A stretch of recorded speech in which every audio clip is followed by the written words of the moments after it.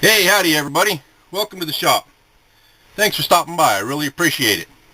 I know it's been a while. That life's getting in the way again. I've been out of town for a couple of weeks, and prior to that, my day job has kept me really busy getting ready for being gone, and since I've been back, that day job has kept me really busy. But we're back now, and we're going to get going on putting this apron back together, reassembling the apron. I've already done this once, made this video once, but I messed up on the camera work. When I went to edit it, I noticed that, so I'm redoing it. So this is version 2, you might say, but enough about that. Because I did it once before, you'll notice as we go along, some things are already done. I didn't take it all the way apart, but I'll explain that as we go along. First off, you want to do is on your 2 drive shafts here, there's a wick that goes in there. Comes out the side. It's an oil passage wick. Not all lathes, not all 9s, Southbend 9s have that particular one, that wick in those drive shafts. So if yours doesn't have it, don't worry about it. But my wicks are already in and trimmed to length because I did do it once before. So there's that part. Now we're going to put this wick down in here. That it actually sits down. This bottom sits down here in the oil bath, or the oil compartment where oil sits. And what you want to do, I don't know how well you can see it because it's an awful small wire, but I've got a wire tied off to the end of this wick because it's kind of tough to get it in there. The cut part of this wick, the square part there, sits right in this recess here, and the wick goes up through here, comes out a hole down in the middle here, and then lays across the bottom there to keep moving oil up into where the crossfeed screw feeds in and engages everything. So you want to fish that wire up through that hole, which is easier said than done, I can tell you that. It's starting to go, I think.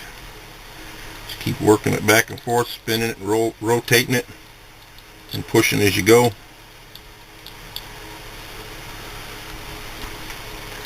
And now it's not going to cooperate. Sometimes it goes really easily and sometimes it doesn't.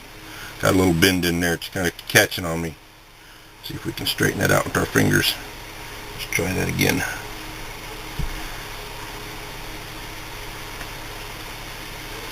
When I was filming this the first time, when I was doing things like this right here, I didn't realize it, but I was inadvertently pulling the parts off camera so you couldn't see what I was doing. So now I'm a little more aware of that. Learning as we go, you might say. She's not wanting to come up through there. Let's see if we can't straighten this wire up a little bit. I got a little kinks in there and little bends it's just catching. Of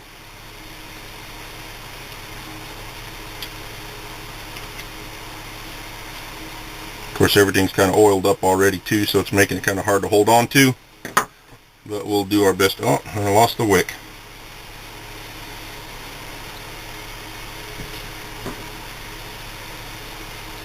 That's another thing that's not so easy, is tying this wire onto that wick without damaging the wick.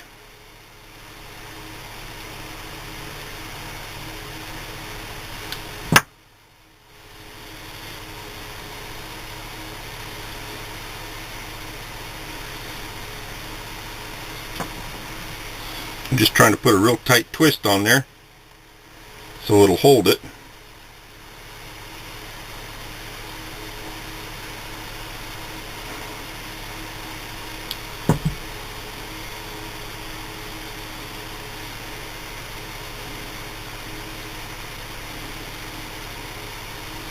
Let's hope that works there.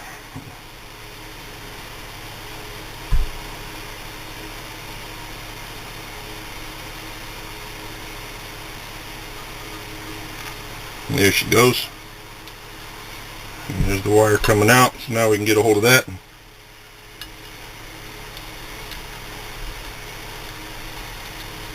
Hopefully pull this wick up through there. It goes. Yeah, that's it. Keep going. There we are. Now this wick has already been cut to length because I did have it in once before, so I just want to take that off.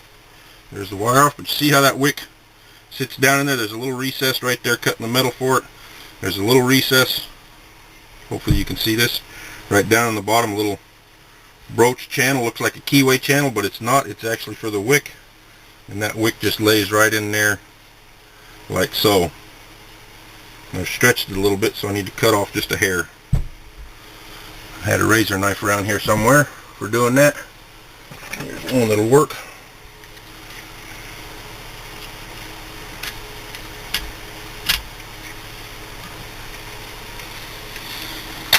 Alright, next step, now that the wick is in place, we're actually going to start the reassembly. This is the drive selector switch, and if you'll remember when I took this apart, I had a little bit of a challenge getting this out. I don't know how well this is going to show up on camera, but I hope it does. On this edge here, this flat edge, there was a little bit of grinding marks where Southbend had ground down this casting so it would fit, but they didn't grind it all the way down, and there's a little bit of a line right in there that you can see where it's gotten dirty. Where their grinding was where my finger is, and I ground that down a little bit more. It doesn't hurt anything to take a little bit more off, but what it does is it makes that go in real nicely, just like so, like it should in the first place. Now the gear that goes on there is flat and smooth on one side and recessed on the other, and you see these little oil holes, 3 of them. You want to make sure that that recess and those oil channels are facing to the inside of the apron, not the outside. So assembling this upside down, you want to make sure you see that just like so. Okay, now we're going to mount up the traverse gear is what I believe it's called. And this is kind of a tight fitting gear.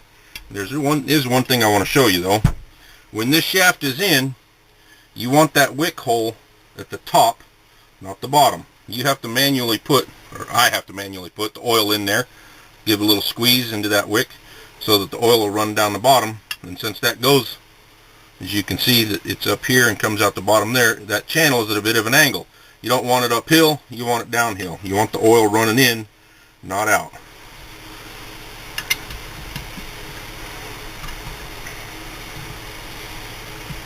That goes in about like so. And then we have our traverse gear here.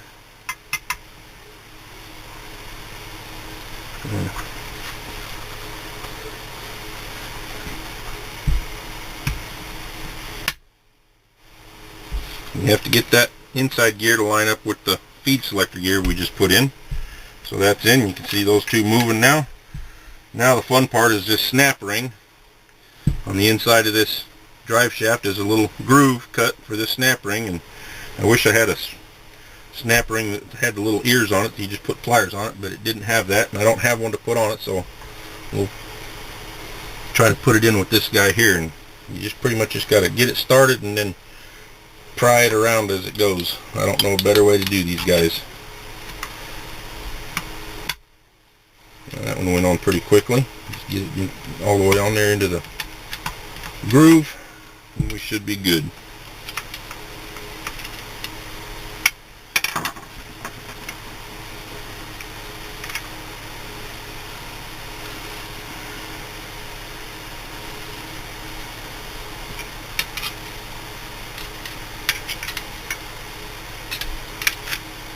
Not quite in all the way around, just kind of sitting on there. There it goes.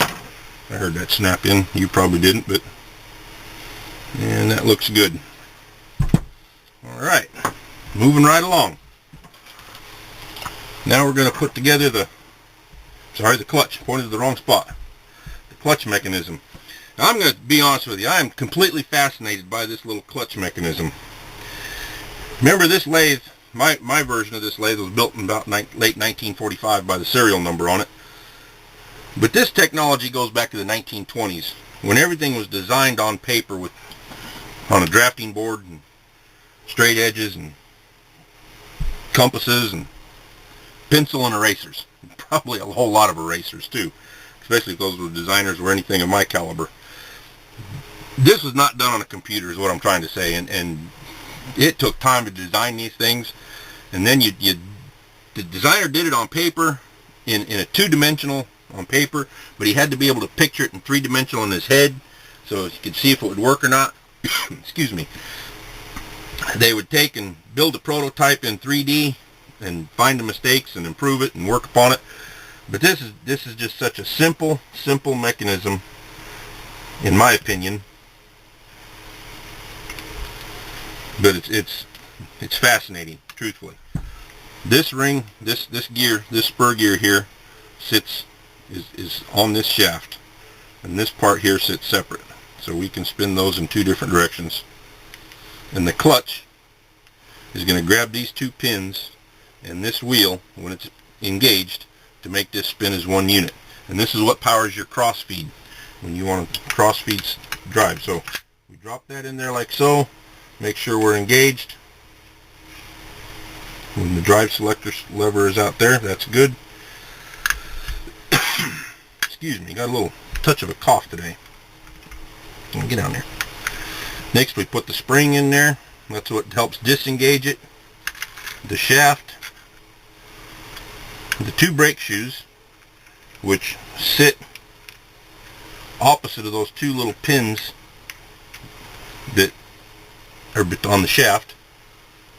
And then the actual wedges that engage this mechanism. And this is such a simple design, it just boggles my mind. And that's basically it right there, how it goes. When you turn the knob on where I'm pointing, you know you can't see it, but if I roll it up, everything's going to fall apart. When I push down on that, or when the knob is tightened, you can see those two wedges, if they would sit straight like they're supposed to, are pulled down just like that and force against the drum where my thumb is pointing to, and that turns the whole unit as one. So while I'm holding that in place, I'm going to put the star wheel on because I don't want it to fall apart. There we go. And then that spring that's in there disengages it, pushes that rod up that the star wheel is on, so those wedges come up and don't drive in, don't engage the inside of the drum. Very simple clutch mechanism, very ingenious in my opinion, but hey, you know, I'm kind of a simple guy and simple things fascinate me. Okay, moving right along. I got to kind of hold this up because the star wheel wants to move that. Well, I'm sorry about that, but my camera shut off and I didn't realize it did. And I'm not going to take apart what I've put together. I've put the worm gear in. We put the threaded collar on and the pin that goes between the threaded collar and the worm gear. You can see the pin sticks out into the keyway shaft there. Here's the keyway. Remember that pin sits over that hole. This is where the lead screw slides through, and this key engages the lead screw so that all this is turning when the lead screw is turning through the quick change gearbox. Make sure I got that the right way.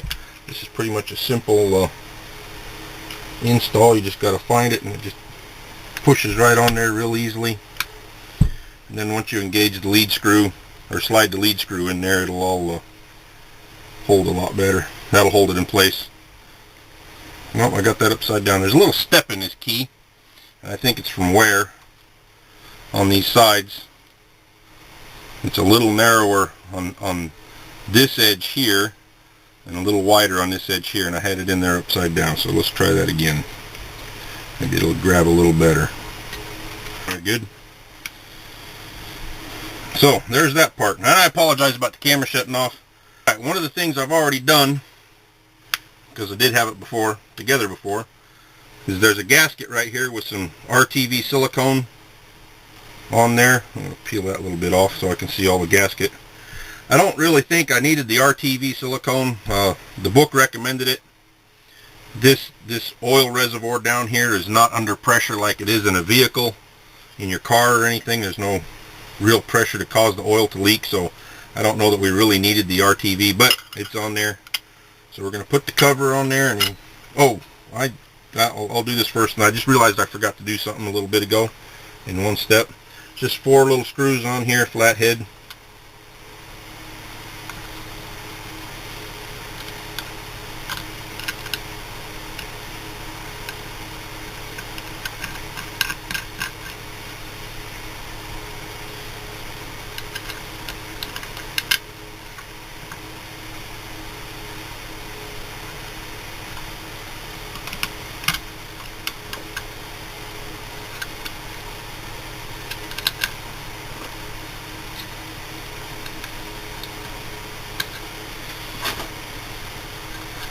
And I'm using a really undersized screwdriver for this, but The one I've got laid out here is so long, my shaky hands tend to have a hard time getting it into the screw. But I'll go ahead and use it to finish it up.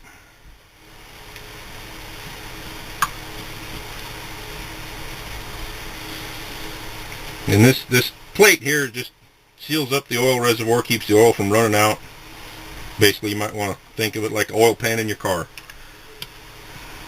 And like I say, there's no pressure, crankcase oil pressure in this lathe like there is in a car, so that RTV, I think, against that little fiber gasket was unnecessary, but I put it on. But it's only on the one side of the apron, it's not against the metal here. Okay, one thing I forgot to do earlier was put the set screw in here that holds this traverse gear drive shaft in place.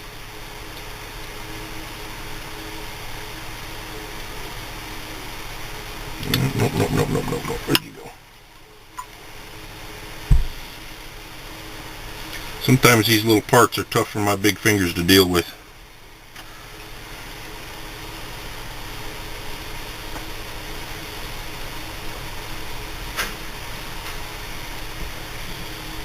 Next, we're going to install the lockout plunger.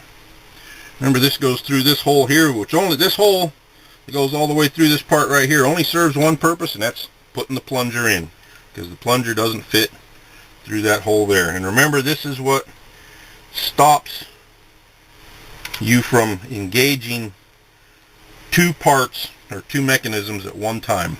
It's a safety mechanism, so you got to make sure it's engaged properly. And that plunger sits in this groove of the half nut handle.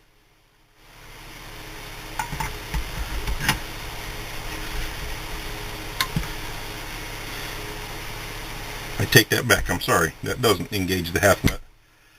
That's not where the plunger sits. That plunger sits in this little recess portion right here. So when you turn this, it forces that lockout plunger that way, so you can't use the cross feed slide. This groove is where the keeper pin sits. Didn't mean to give you bad information there, my apology. See where that notch is lining up with where the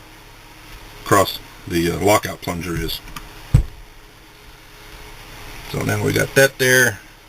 We got that little spring goes down in there. And this is the keeper pin.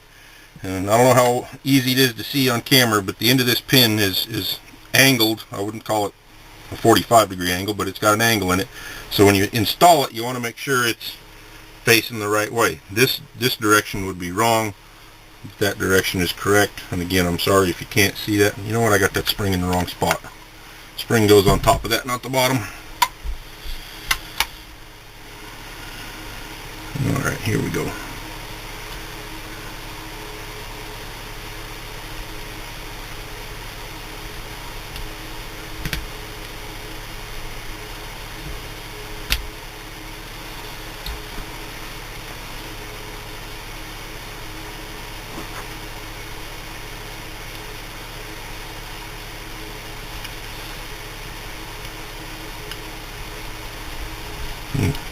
Got that, because I can't, I'm trying to pull this out and I can't right now, so I got that pin in there in the correct direction. Feed selector lever on and get that pin in there. That's about like so. Now this is a tapered pin, remember.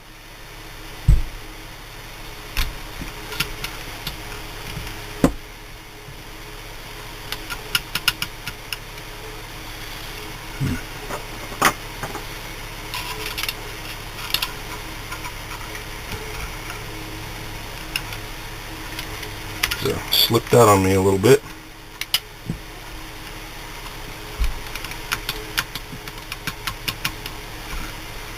There's a lockout pin. That's what's holding me out there.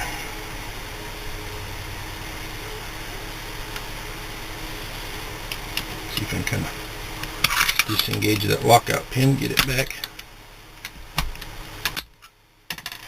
Alright, let's do this then.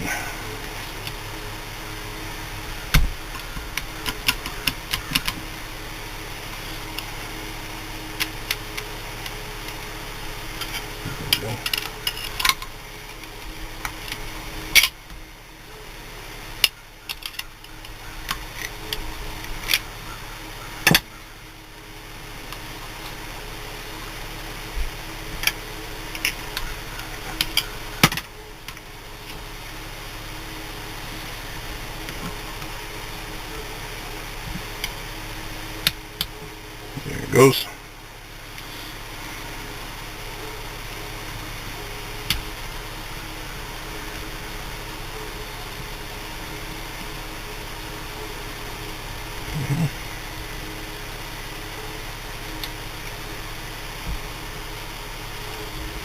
There it is. Okay. Put that in neutral is where you want it, in the middle hole for the rest of the assembly. Now we are going to put in the half nuts. Sit over here.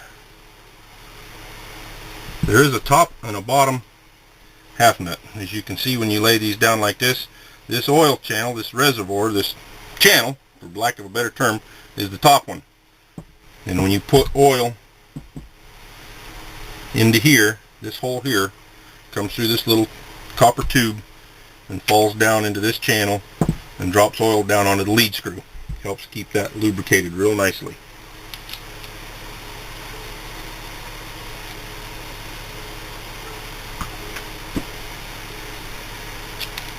Just put that in the wrong way. There we go. This pin, of course, the nut sits through there with the bolt and the nuts on it. The bolt fits in there with the nut on the outside, and this pin engages the half wheel dial or handle.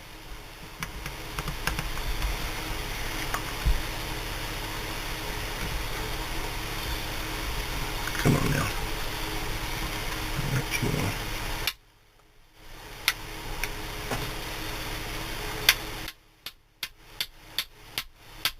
Sometimes you just got to use a little persuasion.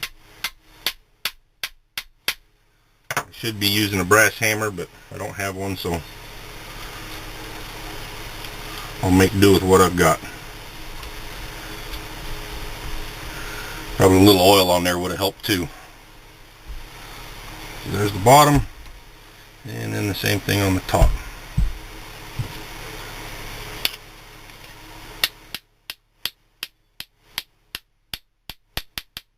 Wasn't down in the...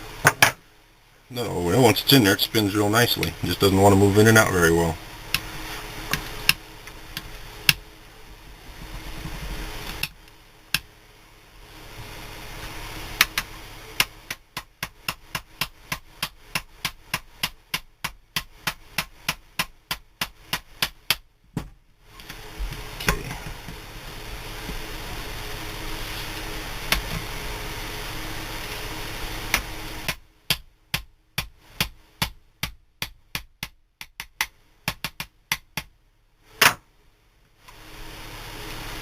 Put the nut on there.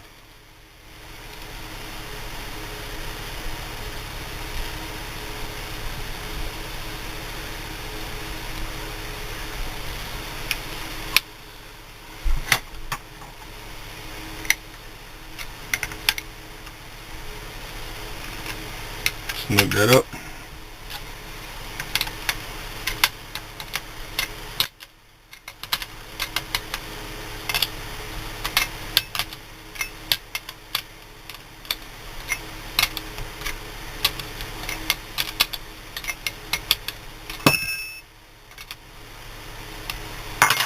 Okay, so now when you engage the half nut lever, that's it. Disengages the lead screw, engages the lead screw. Simple as that. Let's put this star wheel retaining screw in. And if you all remember from the disassembly, this is a left-handed thread, and me, like a dumb idiot, was trying to tighten it up instead of loosening it. Very wide thread on that screw, but a very shallow thread. There we go. We're going to install the traverse gear. Pull that wick out a little bit. There we go. This gear sits in there like so.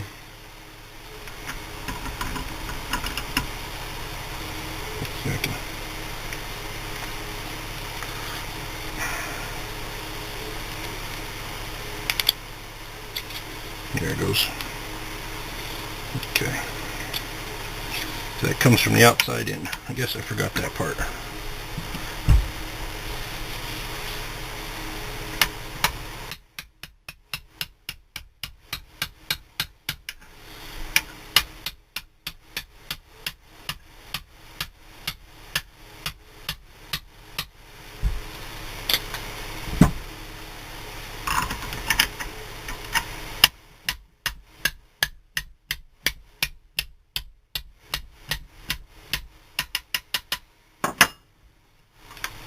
Alright, and the wick stayed up to the top, so now we can tighten that down. Got ahead of myself there, sorry about that. I know I should be using a brass hammer. It would be a lot better, a lot easier on these parts. Steel on steel is not the greatest thing to do, but since I don't have one, I use what I've got. But that brass hammer will be coming up soon, because that is on my list of upcoming projects to make once I get this lathe up and running. In fact, I'm going to show you right now. This little hammer I'm using, this head is just threaded on there. That's why you notice every once in a while I have to tighten it up. It gets loose.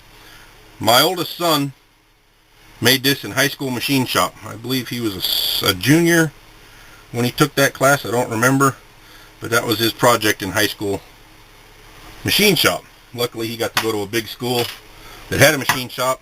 I didn't, but I'm going to make one of these out of brass. Maybe not as long handled as this, but it's on my list to make one of those, so you all can see how to do that. That's upcoming. When, I don't know, don't ask. Okay, the Handwheel pinion gear has a little ring, little wire ring out here on the end. Make sure you didn't lose that, and it's still on there. That feeds in from the inside of the apron to the outside.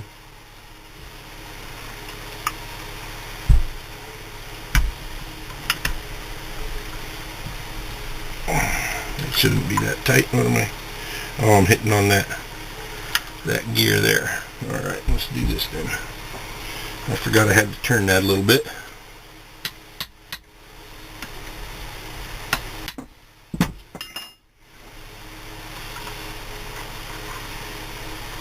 If you notice, it's kind of hard to see probably, but the top of these teeth are just right there with the inside of that shaft.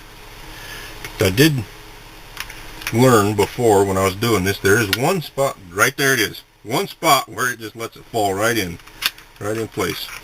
We've engaged it, that's good. Remember, this is the hand wheel's going to go on here. This engages the rack underneath the ways to manually move this up and down. Or up and down. Along the ways. Okay, now we're going to put the hand wheel on. We'll hold that in. And remember, this is a tapered pin again. I just pushed it in there to keep it in place for me so I know. And that's the way that goes. That's the big side, so I got everything lined up there.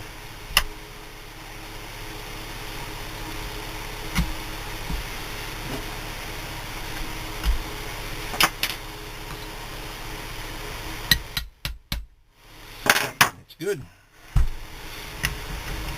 But this angled gets, this is actually where you fill the oil reservoir with this guy. Which with the oil bottles I have, does not make it easy getting around that hand wheel to get that oil in there.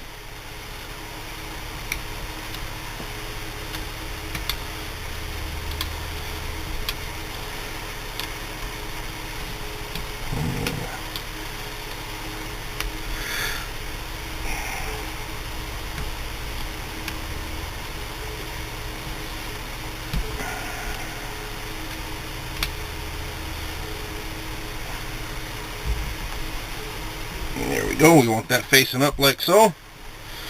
And that is basically it for the apron, with the exception of the dial indicator. This also is a very simple mechanism. You've got your numbers up here on the top that read off of that line, so that shaft just drops in there like so. This collar goes on there. And now, you know, to be honest with you, I can't remember if that goes up or down, those gears. Let me slide it in there, because this actually engages the lead screw, and it tells you the location of the lead screw, the rotation of the lead screw of where it is, so you can engage for, let's say that goes the other way, it looks like. Yeah, that looks like it would line up better with the lead screw that way.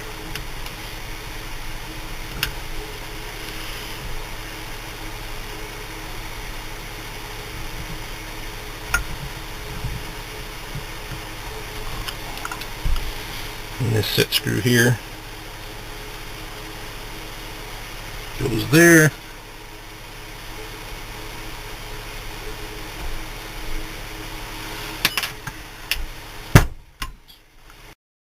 Here we are at the lathe.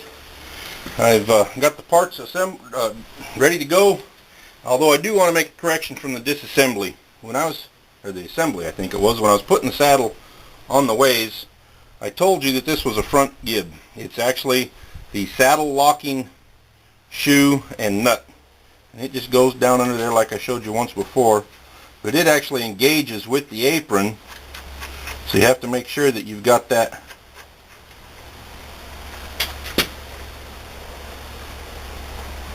nut facing the right way. There we go. Now, the apron is only held in place with 2 screws, but it is imperative that you have all the gears lined up.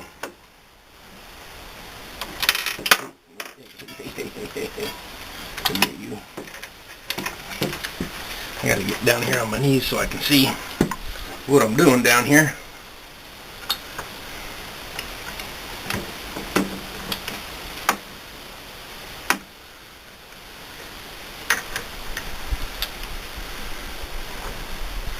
Yeah, I think I got that backwards somehow.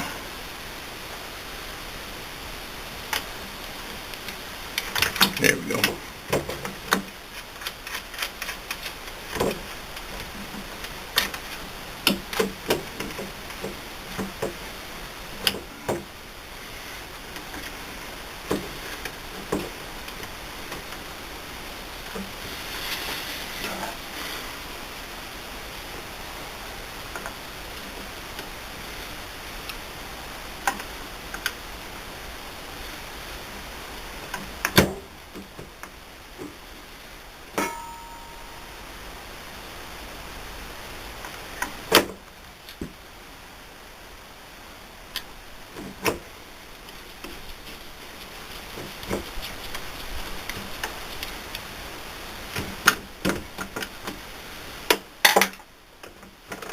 There it goes. You got to get that top traverse gear lined up with the cross slide for the automatic feed mechanism.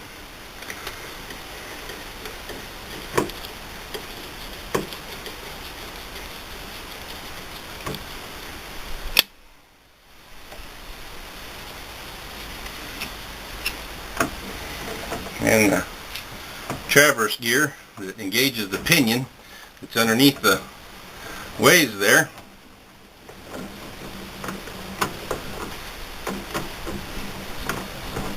It's looking pretty good. And then the way this locking mechanism here, saddle lock, works, when you tighten that down for automatic cross feed, you can't turn it. That's that part. That's a big step in my opinion. We're getting there slowly but surely. Well, hey, I want to thank you guys for stopping by and helping me out putting that apron back together. You see I'm back here in the tool room again, and this is the next part. Let me turn it around the right way. As you would see it sitting on the lathe, yes, this is the quick change gearbox, and it has a lot to it. See if I can flip it over here one-handed while I hold the camera with the other.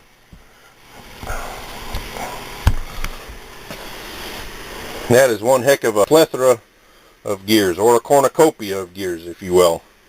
So this is going to be fun, taking this apart, cleaning it, painting it, and putting it back together. But that'll be the next 2 videos, and I hope to get started on that real soon. So in the meantime, thanks for stopping by, you guys and girls. Have a great day, and I hope to see you real soon. Bye-bye.